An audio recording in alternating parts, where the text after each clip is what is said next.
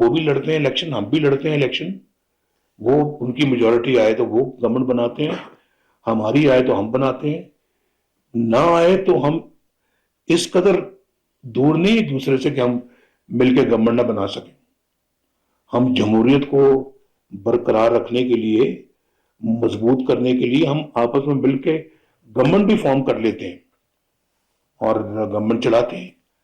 یہ ہے حسن ڈیموکریسی کا. تو میں تو آپ کو اسی ڈیموکریسی کے اندر میں لانے کے لیے آپ کے پاس گیا تھا، لیکن آپ تو ہمیشہ ایک روٹھے ہوئے بندے کی طرح سے شروع سے ہی آپ اپنا پچھلے 25 سال سے آپ کا یہی رویہ ہے.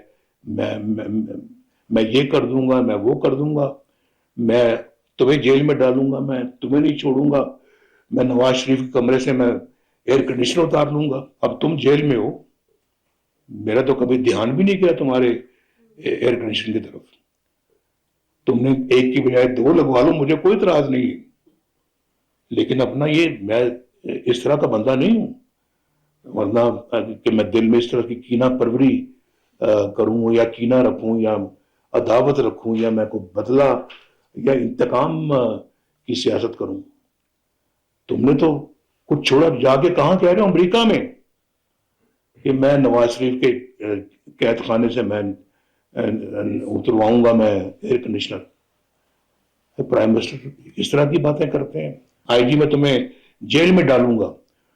وہ وزیر اعظم نواز شریف میں تمہیں پرائم منسٹر ہاؤس سے تمہیں میں کھینچ کے لے کے آؤں گا. یہ دھرنے میں کہا انہوں نے کہ ہم اپنے ایجنڈے کو، جو ایجنڈا ہم نے 1990 میں شروع کیا تھا، اس کو اس ایجنڈے پہ دوبارہ گامزن ہو، اسی کو دوبارہ شروع کرے. میں مریم کو کہتا ہوں جی کہ پنجاب کے اندر جتنا بھی پیسہ ہے آپ کے پاس وہ غریبوں کی ویلفیئر پہ لگاؤ. جو غریب جو پچھڑا سب سے پہلے اس کا حق ہے. میں شہباز شریف صاحب سے بھی یہ کہتا ہوں اور میں یہی کہتا ہوں جی کہ ان لوگوں کا پہلا حق ہے. ایسا کوئی نظام لے کے آئیں، بیٹھیں، سستی بجلی لوگوں کو پرووائڈ کریں. سستی بجلی. اگر آٹا سستا ہوا ہے اللہ کا بڑا شکر ہے، گھی سستا ہوا ہے بہت اللہ کا شکر ہے، ڈیزل پٹرول سستا ہوا ہے اللہ کا بہت شکر ہے، سبزیاں سستی ہوئی ہیں اللہ کا بہت شکر ہے. اور کیا سستا ہوا ہے؟ چکن بہت نیچے آیا ہے، بہت نیچے آیا ہے سر. 838 سے تو میں سمجھتا ہوں جی کہ ایسی پالیسی بننی چاہیے، ایسی پالیسی بننی چاہیے کہ ہمارا ملک کے اندر بجلی سستی آئے، گیس سستی آئے. یہ ان 2 چیزوں پہ فوکس ہونا چاہیے حکومت کا. اور آپ ماشاءاللہ سینٹ میں بیٹھے ہوئے ہیں، آپ بھی وہاں پر ان چیزوں کے لیے آواز اٹھائیں. مجھے اپنی قوم بڑی عزیز ہے، اس کے لیے الحمدللہ میں نے دن رات خدمت کی ہے. اور آپ دیکھ لیں آج پاکستان کے ہر منصوبے پہ اگر کسی گورنمنٹ کا نام لکھا ہوا تو مسلم لیگ نون کا نام لکھا ہوا ہے. جو بڑا کام پاکستان کی تاریخ میں ہوا کبھی، اس کے پیچھے مسلم لیگ نون ہے. کوئی اور پارٹی بتا دے، کوئی اور پارٹی، کہ انہوں نے یہ منصوبہ پاکستان کے لیے بنایا جو قابل ذکر ہے، بتا دیں.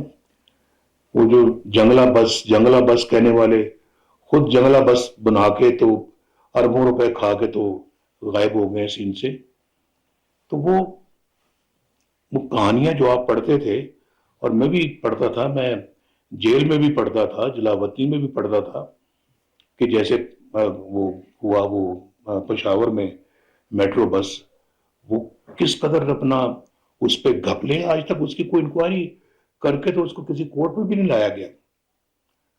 تو میرا خیال ہے کہ اس کا موازنہ بڑا ضروری ہے کرنا، ہم سب کے لیے بھی اور اپنی قوم کے لیے بھی. قوم کو بھی موازنہ کرنا چاہیے کہ جی کون کیا کر گیا اس ملک کے ساتھ، کس نے اس ملک کی خدمت کی ہے اور کس نے اس ملک کو اجاڑا ہے. یہ قوم کو سوچنا چاہیے. آج میں مشرف سے پوچھتا ہوں، پوچھنا تو حق ہے نا. دیکھیں باقی وہ اللہ تعالیٰ کے ہاں چلے گئے ہیں، اللہ تعالیٰ ان کے گناہ معاف فرمائے. اور کوئی مجھے ان کے خلاف کوئی اپنا نہیں ہے دل کے اندر کوئی شکایت یا شکوہ یا گلہ. دنیا سے بھی چلے گا تو کیا شکوہ ہوگا. لیکن صرف میں یہ پوچھتا ہوں کہ آج صرف یہ بتائیں وہ کہ کیا وجہ تھی کہ انہوں نے ایک اچھے بھلے وزیر اعظم کو، گورنمنٹ کو، ڈیموکریٹک گورنمنٹ کو اکھاڑ کے باہر پھینکا، اور اس کے بعد پھر اسمبلی بھی توڑ دی، سینٹ بھی توڑ دیا. عدلیہ نے ان کا ویلکم کیا، گلے میں ہار پہنایا اور کہا جی کہ آپ کا انتظار تھا، آپ کہاں تھے، آپ کو تو پہلے آنا چاہیے تھا. اور اس وزیر اعظم کو گرفتار کر لیا جس نے ایٹمی بٹن پہ اپنا انگوٹھا رکھا تھا اور دبایا تھا اور 6 ایٹمی دھماکے کیے تھے. یعنی یہ صلہ دیا اس وزیر اعظم کو. تو یہ سب کچھ ہم دیکھتے ہیں، لیکن میرا خیال ہے کہ آج تک نہ ہم نے کوئی خاطر خواہ احتجاج کیا ہے، تو نہ ہی ہماری قوم نے کبھی اس کا نوٹس لیا. تو میں سمجھتا ہوں کہ یہ چیزیں بالکل تاریخ سے ان کا بڑا گہرا تعلق ہے اور ان کو فراموش نہیں کرنا چاہیے. اس کے بعد پھر دیکھیں ہم ملک سے باہر رہے، قیدوں بند میں رہے، اس کے بعد کہاں کہاں نہیں گئے. اٹک فورٹ کے اندر بند کر دیا رات کو، وہاں پہ گیدڑوں کی اور وہ جو ہے وہ جنگلی جانوروں کی آوازیں آتی تھی رات کو جب لیٹ سوئے ہوتے تھے. ان کی آوازوں سے بلکہ اٹھ جاتے تھے ہم. محترمہ میں ان کو سلام پیش کرتا ہوں. یہ میری برابر یہ میری مزاج پرسی کرتی رہی، آتی نہیں وہاں پر. اٹک فورٹ میں آتی نہیں، کراچی لانڈی جیل میں تھا وہاں آتی رہی. ان کے بھائی بھی وہاں تھے، شاہد خاقان عباسی، بہت عمدہ انسان تھے. بڑی جرت کے ساتھ انہوں نے جیل کاٹی میرے ساتھ، بڑی بہادری کے ساتھ، اور اف تک نہیں کبھی کیا انہوں نے. میں داد دوں گا، ان کی پیٹھ کے پیچھے بات کر رہا ہوں، لیکن انہوں نے بہت ہی جرت کے ساتھ، بہادری کے ساتھ میرا ساتھ بھی دیا اور جیل بھی کاٹی اور مصائب بھی برداشت کیے. ان کی والدہ صاحبہ ہمارے لیے بہت دعا گو تھیں. تو یہ جو سچ بات ہے وہ کرنی چاہیے اور کہنی چاہیے. تو یہ مجھے وہ وقت یاد آتا ہے. تو اللہ کے فضل و کرم سے ہم بھی متزلزل نہیں ہوئے. دکھ کاٹے، مصیبتیں کاٹی، اللہ تعالیٰ نے وہ وقت بھی گزار دیا.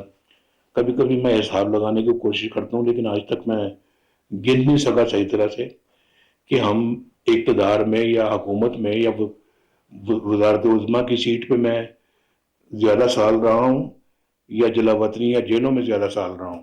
ہمیں حق کو حق کہنا ہوگا، سچ کو سچ کہنا ہوگا اور باطل کو باطل کہنا ہوگا. اور جو لوگ اندھا دھند باطل کے پیچھے بھاگتے ہیں، یہ نہیں دیکھتے کہ یہ ملک کے ساتھ کیا سلوک کر گیا ہے. پاکستان کے اندر غریب لوگوں کا جینا مشکل کر دیا ہے، مہنگائی کو آسمان پہ لے گیا ہے، اور پھر نہ روٹی میسر نہ سالن میسر ہے، نہ بجلی میسر ہے تو بہت اونچے ریٹ پہ. یہ کیا میں چھوڑ کے گیا تھا اونچے ریٹ پہ بجلی؟ میں تو انتہائی سستے ریٹ پہ بجلی کو چھوڑ کے گیا تھا، اور میں تو پورے ملک کے اندر گھر گھر بجلی الحمدللہ پہنچا کے گیا تھا.